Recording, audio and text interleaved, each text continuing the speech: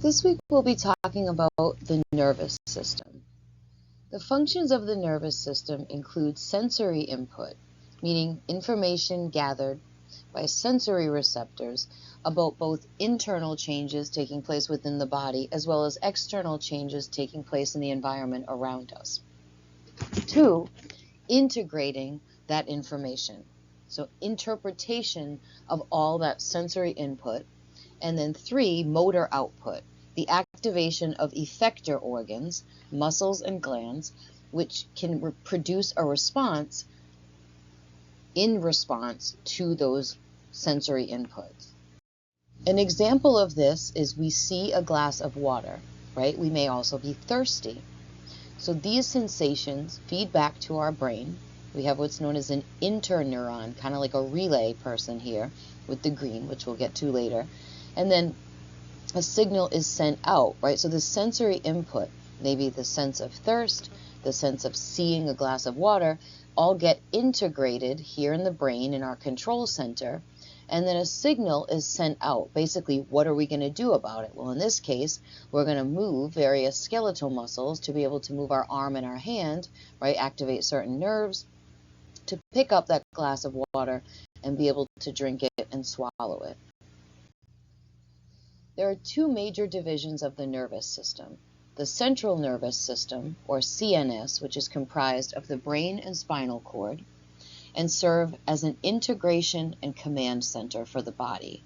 And then there's the peripheral nervous system, or PNS, which is comprised of paired spinal and cranial nerves, which carry messages to and from that central nervous system. Within the peripheral nervous system, there are 2 functional divisions. The sensory or afferent division, which I always refer to as the incoming, right, coming from the outside into the brain and spinal cord. And these are comprised of somatic afferent fibers, whose job it is to convey impulses from the skin, skeletal muscles, and joints, as well as visceral afferent fibers, which are conveying impulses from our various visceral organs. And 2, the motor or efferent or outgoing division, whose job it is to transmit impulses from the central nervous system back to those effector organs, which can actually mediate a response. The motor division of the peripheral nervous system is known as the somatic or voluntary nervous system, and it involves conscious control of our skeletal muscles. The autonomic or involuntary nervous system is comprised of visceral motor nerve fibers and regulates smooth muscle, cardiac muscle, and glands, all of which are not under our conscious control. The autonomic nervous system, or ANS, is further divided into 2 functional subdivisions, the parasympathetic and the sympathetic. So here we can see we have our central nervous system shaded in gray, which is comprised of the brain and spinal cord. And then we have the peripheral nervous system, which is further subdivided into the sensory or afferent and the motor or efferent. And then we have this motor division divided into the somatic and autonomic systems. And then the autonomic further divided into the sympathetic, which is the fight or flight, and the parasympathetic, or rest and digest. In A&P1, well, this is A&P1, but earlier on in A&P1, you learned about the basic histology of nervous tissue. And we saw that there were 2 principal cell types, those giant star-shaped neurons, which have the job of transmitting electrical signals, and just like muscle, are considered excitable cells. And 2, overall, the general class known as neuroglia, or glial cells, which collectively have the job of supporting the neurons. These glial cells include astrocytes, microglia, ependymal cells, and oligodendrocytes, all found within the central nervous system, and then Schwann cells in the peripheral nervous system, which does pretty much the same or do the same as the oligodendrocytes. Astrocytes are the most abundant, versatile, and highly branched of the glial cells. They cling to neurons, specifically to their synaptic endings, as well as to surrounding capillaries, and they work to both support and brace neurons where they need to be as they're functioning. They also help determine blood-brain barrier capillary permeability. They help guide the migration of young neurons during brain and spinal cord development. They help control the chemical environment around the neurons, and they participate in information processing in the brain. Microglia are small, ovoid-shaped cells with thorny processes. Their job is to migrate towards injured neurons and phagocytose, basically hoover vacuum up microorganisms and neuronal debris. Ependymal cells range in shape from squamous to columnar. They may be ciliated, and their job is to line the central cavities of the brain and spinal cord and produce the cerebral spinal fluid that will be housed in those cavities. So in this cartoon, you can see, in this case, they're sort of columnar in shape, and they have the cilia on the top, and they will produce cerebrospinal fluid, or CSF. Oligodendrocytes are branched cells whose processes wrap the central nervous system nerve fibers, forming insulating, fatty proteinaceous myelin sheaths, like insulation on a wire. Schwann cells, otherwise known as neurolemmacytes, surround peripheral nerve fibers and form the myelin sheath in the peripheral nervous system. So oligodendrocytes do in the central nervous system what Schwann cells do in the peripheral, and the production of myelin is critical for nerve conduction, both in the CNS and the PNS. Schwann cells are also vital to the regeneration of damaged peripheral nerve fibers. Neurons, aka nerve cells, have special unique characteristics. They're long-lived, meaning that they can live in culture under ideal situations for more than 100 years or more. And if you think about humans, right, the brain can stay alive for 100 years or more. They're amitotic with very few exceptions, which means that they don't divide. All the neurons that we're born with are what we will have. They have a very high metabolic rate, which depends on continuous supplies of oxygen and glucose, which is why it's extremely dangerous if the brain is devoid of oxygen and or nutrients. And it has a plasma membrane, or neurons rather, have a plasma membrane that functions in electrical signaling and cell-to-cell interactions during brain and spinal cord development. The perikaryon, or soma, is the sort of archaic name for what we call the cell body. The cell body is the control center of a neuron, containing a spherical nucleus with a very visible nucleolus, the part that produces the ribosomes. Well-developed Golgi apparatus, is seen in a neuron. And the axon hillock is this cone-shaped area. I kind of think of it like a neck region, coming off the cell body and merging into the axon, the electrical wire part of the neuron. Clusters of cell bodies are called nuclei when they're found within the central nervous system, and clusters of neuron cell bodies in the peripheral nervous system are known as ganglia. So here you can see, we have the perikaryon, or the cell body here, with all these little farm-like dendrites. And then we have this neck-like axon hillock, which then goes into the conducting part of the neuron known as the axon. And this is where we find the insulating myelin sheath. Neurons contain a variety of processes. There are the dendrites and there are axons.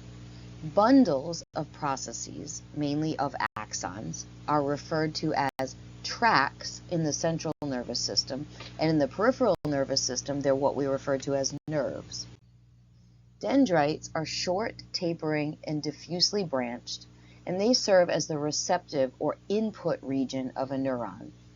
Their job, kind of like if I were to stand with my legs together, feet together, and then raise my arms up and above my head, my hands and my arms would be the receptive or the input region of the neuron. And their job is to convey electrical signals towards the cell body as intermittent, stackable, graded potentials. The axon, usually there's one axon per cell arising from that neck-like region off the cell body known as the axon hillock. Long axons are referred to as nerve fibers. Now, axons end in numeral terminal branches with little knob-like axon terminals known as synaptic knobs or boutons. And these are the secretory region of the neuron where neurotransmitter is released in order to either excite or inhibit the next cell in the chain. Axons function as the conducting region of a neuron. So in the axon, we see generation and transmission of nerve impulses, known as action potentials, away from the cell body towards the axon terminals. Molecules and organelles are moved along axons by various motor molecules in two directions. Anterograde means from the cell body towards the axon terminal. So examples of materials that move anterograde are mitochondria, membrane components, and enzymes. Retrograde means movement from the axon terminals towards the cell body. And examples can be organelles to be degraded, various signaling molecules, as well as negative things like viruses or bacterial toxins. The myelin sheath is a segmented protein and lipid-rich sheath that surrounds most long and large diameter axons. It functions to protect and electrically insulate the axon, thereby increasing the speed of nervous impulse transmission. Think about the insulation on a wire, right? If you touch a non-insulated wire, you're going to get zapped. Why? Because the current is then going to jump from its linear path off laterally onto your hand. Similarly, if we want the electrical current to move as fast and as efficiently as it can from one point to another, we don't want it to short circuit off to the sides.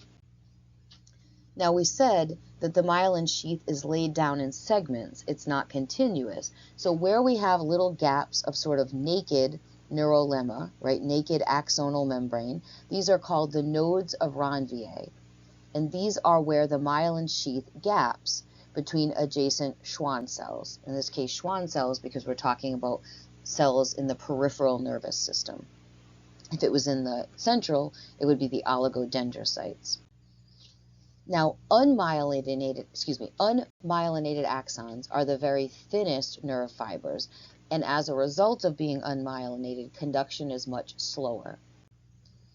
In the central nervous system, the myelin sheaths are formed by the processes of the oligodendrocytes, and nodes of Ranvier are also present, but in the central nervous system, the very thinnest of fibers are unmyelinated. Now, let's look at white and gray matter. White matter has its appearance because it's the whitish fatty color of the myelin sheath. So wherever you see white matter, you know it's axons. It's dense collections of myelinated fibers or myelinated axons, whereas gray matter are mostly the unmyelinated part, the cell bodies, and in rarer cases, small unmyelinated fibers. There are three types of neurons. The main one that we'll focus on in this lecture is multipolar, which has one axon and several dendrites. Again, these are the most abundant, and these are all the motor neurons, and as well as those interneurons, those relay ones. Bipolar have one axon and technically one dendrite, although you can see this one dendrite. It's classified by just how many primary extensions off the cell body. So technically one axon, one dendrite, but then those in turn then divide. These are rare. We pretty much only see them in the retina, which you'll discuss at the beginning of A&P2. And then unipolar or pseudo-unipolar, meaning looks like just one extension off the cell body. These are found there's a peripheral process, which is the more distal branch, often associated with a sensory receptor, and then there's a central process, which is the branch that usually enters the central nervous system. But again, for this lecture, we'll be focusing largely on multipolar. As far as functional classification of neurons, we did structural, now it's functional, and there are three types of those: sensory or afferent, which are incoming. They're transmitting impulses from those sensory receptors towards the central nervous system. 2, the motor efferent or outgoing, which are carrying the impulses from the central nervous system out to the effectors. And then 3, interneurons, which are association neurons, which are shuttling signals through the central nervous system. And these are mostly entirely within the central nervous system. Neurons are highly irritable, just like we talk about muscle cells, right? They're highly responsive to stimuli, and they're highly able to generate an action potential or a nerve impulse. And the impulse is always the same regardless of the stimulus, so it needs to be the number of stimuli or the force of the stimuli that changes. We need to look at principles of electricity in order to understand how this works. So if you remember Paula Abdul, remember opposites attract, right? Opposite charges attract one another. Energy is also required to separate opposite charges across a membrane. And energy is liberated when those charges are allowed to move towards one another, like water over a dam. It requires energy to keep water behind a dam. As soon as you let it over, that energy is going to be liberated. If opposite charges are separated, a system is said to have potential energy. Now we need to look at certain definitions. Voltage, or V, is the measure of potential energy created by separated charges separated across a membrane. Potential difference is the voltage measured between 2 points, usually on opposite sides of a membrane. And current, or I, is the flow of electrical charge, or ions, hence the I, between 2 points. Resistance, or R, is the hindrance to charge flow, and this is provided by the plasma membrane itself. And an insulator and a conductor. An insulator is a substance with high electrical resistance, whereas a conductor is a substance with low electrical resistance. So it doesn't have much hindrance to charge. It allows charge to flow readily. When we look at membrane ion channels and what their roles in this are, we know that proteins serve as membrane ion channels, and there are 2 main types of ion channels. Leakage, or non-gated channels, which are always open, and gated channels, of which there are 3 types. There are chemically gated, or ligand gated. Ligand is another name for chemical, which open by the binding with a specific neurotransmitter, a specific chemical. There are voltage gated, which open and close in response to changes in membrane potential. So the changes in voltage, or the balance of positive and negative charges across the membrane. And then finally, gated, which we have mechanically gated, which open and close in response to physical deformation of the receptors. So when gated channels are open, ions diffuse quickly across the membrane along what we call their electrochemical gradients. So we have part of that is the chemical, right? The chemical gradient is the concentration gradient. So where there's more of a chemical, things are going to want to flow to where there are less, from higher to low. An electrical gradient is flow of one charge towards its opposite charge. So say positive towards negative. Ion flow creates an electrical current as well as a voltage change across a membrane. Resting membrane potential is the potential difference across the membrane of a resting cell. And when you say resting, we mean not currently responding to a stimulus. The resting membrane potential of most neurons at rest is about -70 millivolts, where the cytoplasmic side of the membrane is more negatively charged relative to the outside. I apologize for my dog. This is generated, right? The resting membrane potential is generated by differences in the ionic makeup of intracellular fluid versus extracellular fluid, as well as the differential permeability of the plasma membrane to these charges.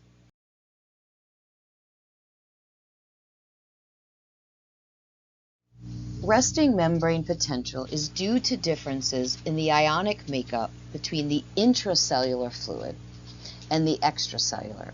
Intracellular fluid has lower concentrations of the positively charged sodium ion and lower concentrations of the negatively charged chloride ion as compared to the extracellular fluid outside the cell.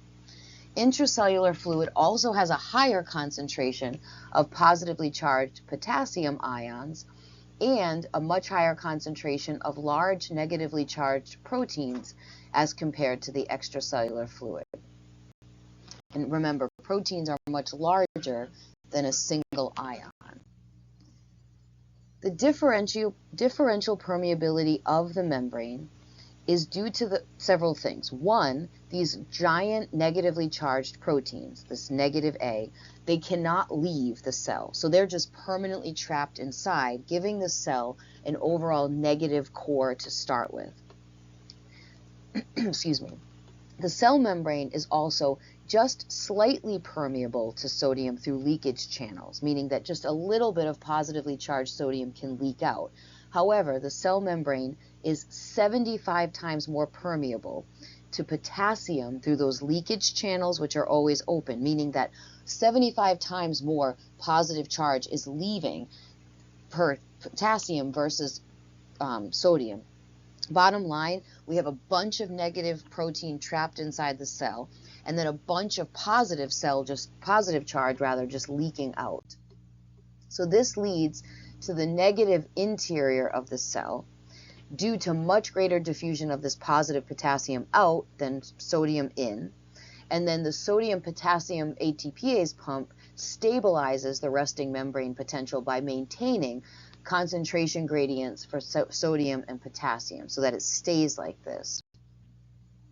Membrane potential changes when concentrations of ions across the membrane change, and this can only take place when the permeability of the membrane to those ions change. So changes in membrane potential are signals used to receive, integrate, and send information. There are two types of signals: graded potentials, which are incoming short distance signals, and action potentials, which are long distance signals generated in the axon portion of neurons. Now, whether we're talking about a graded potential or an action potential, we have to start with certain definitions. Depolarization is a reduction in membrane potential. Remember, membrane potential is the difference in charge across the membrane. So it's at rest, it's negative 70 millivolts, meaning that the inside has 70 more negative charge compared to the outside. We want to reduce this, which means we want to bring it closer to zero, reduce the difference. So in depolarization, the inside of the membrane becomes less negative than at rest. This increases the probability of producing a nerve impulse or a full-blown action potential. How? Let's look. Okay, we'll look at this in a second. Hyperpolarization is an increase in membrane potential, meaning that we're increasing that difference across the membrane, which means the inside of the membrane is becoming even more negative than it is at rest, reducing the probability of producing a nerve impulse. Now, graded potentials are short-lived, localized changes in membrane potential. They can either be depolarizations, which are making the difference in charge less, or hyperpolarizations. Graded potentials spread across as local currents and change the membrane potential of adjacent regions. So keep in mind, right, that in order for a neuron to produce an electrical signal, we want there to be depolarization. We want to actually decrease the difference in positive and negative charge across the plasma membrane. So if we look here, there's a stimulus applied, and instead of seeing the cell being more negative inside, just in this localized region, we see that it's actually more positive compared to the outside. Now, graded potentials can spread in either direction. Since we know that some of the ion channels in the neuron membrane are voltage gated. Think of it almost like dominoes. If we have a change in the voltage in one local area, that will then maybe change the voltage in the neighboring area, enough that it can open another voltage gated channel. However, we said it has to be enough. So graded potentials occur when a stimulus causes gated ion channels to open. So these include things, and some of them you won't learn until AMP2, receptor potentials, generator potentials, and postsynaptic potentials. The magnitude of a graded potential varies directly, meaning it's graded, with stimulus strength. A decrease in magnitude with distance occurs as ions flow and diffuse through leakage channels. So they're considered singularly as short distance signals. Okay, they'll just decay with distance, but there are ways to stack them. An action potential, or AP, is a brief reversal of membrane potential, complete reversal, with a total amplitude of about 100 millivolts. This occurs in muscle cells and in the axons of neurons, and unlike graded potentials, does not decrease in magnitude over distance. It is the principal means of long-distance neural communication in the body. So big picture, for an action potential, we have the resting membrane potential at about negative 70 millivolts in a resting neuron. Some stimulus takes place to cause the voltage across the membrane to change enough, right, enough positive charge to enter or negative to leave, that we reach what's called threshold, a voltage difference of only negative 55 millivolts. At this point, it becomes all or nothing, like a chain of dominoes, where we get all the voltage-gated sodium channels opening and enough positive sodium rushing in that it causes a complete depolarization or reversal of the membrane potential, going from minus 70 up to about plus 30, okay? At this point, then, the cell becomes so positive inside that those sodium channels snap shut and we start letting out positive potassium to bring this back to rest. And for a short bit, those channels stay open just a little too long and we get what's called hyperpolarization. But eventually, through the action of the sodium-potassium ATPase pumps that are pumping 3 sodiums out for every 2 potassium in, we come back to resting potential. Resting state is when only leakage channels for sodium and potassium are open. Why? Because they're always open, they're leak channels, and all gated channels are closed. Each sodium channel has 2 voltage-sensitive gates, an activation gate, which is closed at rest and opens with depolarization, and an inactivation gate, which is open at rest, but blocks the channel once it's open. Each potassium channel, by comparison, only has 1 voltage-sensitive gate. Why is this important? Because it's the voltage-gated sodium channels can snap shut quicker than can the sodium. So the potassium. So the potassium channels stay open just a little too long, which causes that hyperpolarization that we see. During the depolarizing phase, depolarizing local currents, these graded potentials, will open voltage-gated sodium channels. Now what you see here are these little failed initiations. These would be graded potentials that caused enough positive charge to come in to cause local depolarization of the neuronal membrane, but not enough in rapid succession or not strong enough, right? So either not stacked up enough or not in rapid succession enough to reach threshold. But if we have enough graded potentials stacked in order to reach threshold and cause the cell to go from minus 70 to minus 55 millivolts, it's an all or nothing effect, which leads to the opening of all voltage-gated sodium channels and a reversal of membrane polarity to that positive 30 or 40 millivolts.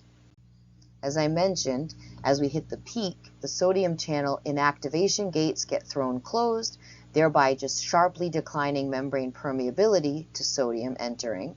The levels decline, and then these slow voltage-sensitive potassium channel gates open, and potassium exits the cell, restoring that internal negativity. We said that those potassium channels don't close as quickly. They only have the 1 gate, so they stay open a little too long, letting a little too much positive potassium out, causing that hyperpolarization. And during that hyperpolarization is when we see the refractory period, during which we could not get another action potential firing. It's like the dominoes have been knocked down, but we haven't set them up again. Okay. Now, I love this diagram. The only thing I will say is that this thing right here, number 2, is in the wrong place. It actually needs to be dragged over between 3, and 4. And remember, at the end, it's the job of the sodium-potassium pump to restore those ions. So even though after repolarization, the cell is now more negative inside, everything's in the wrong place, right? Sodium should be much more concentrated outside, and potassium should be in. But it's the opposite at that point, so the pump has to put them back. Okay. Once the sodium influx has opened enough local channels that it's the all or nothing, and all the voltage gated sodium channels open at threshold, then it's a unidirectional current. Unlike graded, which go in both directions, depolarization through an action potential always goes from the cell body down to the axon terminus, and the repolarization wave follows.